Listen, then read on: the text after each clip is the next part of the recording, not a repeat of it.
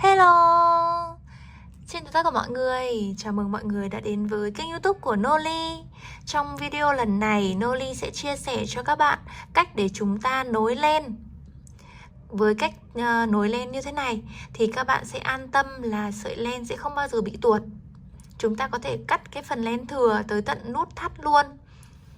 Bây giờ các bạn cần chuẩn bị cho Noli 2 màu len khác nhau để chúng ta dễ dàng phân biệt.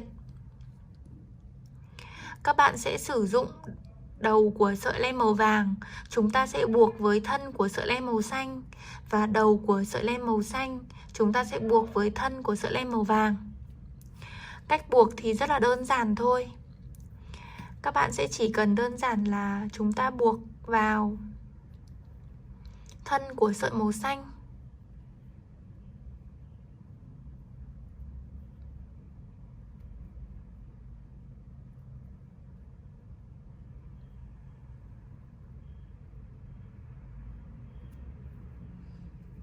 Như thế này. Sau đó thì các bạn thắt chặt lại. Còn đầu của sợi len màu xanh chúng ta sẽ buộc với thân của sợi len màu vàng.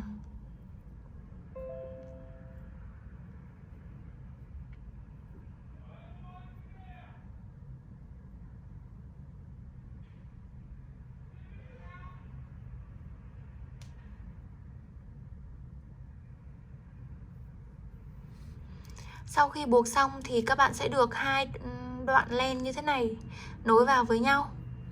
Bây giờ chúng ta sẽ cầm thân của sợi màu xanh và thân của sợi màu vàng. Chúng ta sẽ rút lại.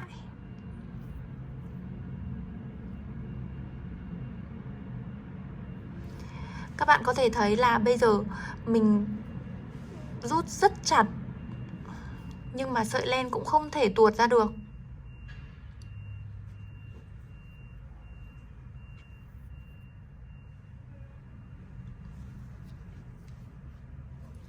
Bây giờ các bạn sẽ sử dụng kéo để chúng ta cắt cái phần len thừa, cái phần len ngắn này này.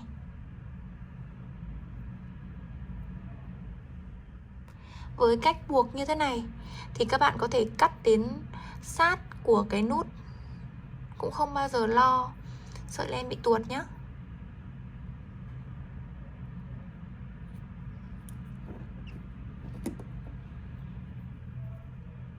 Đây.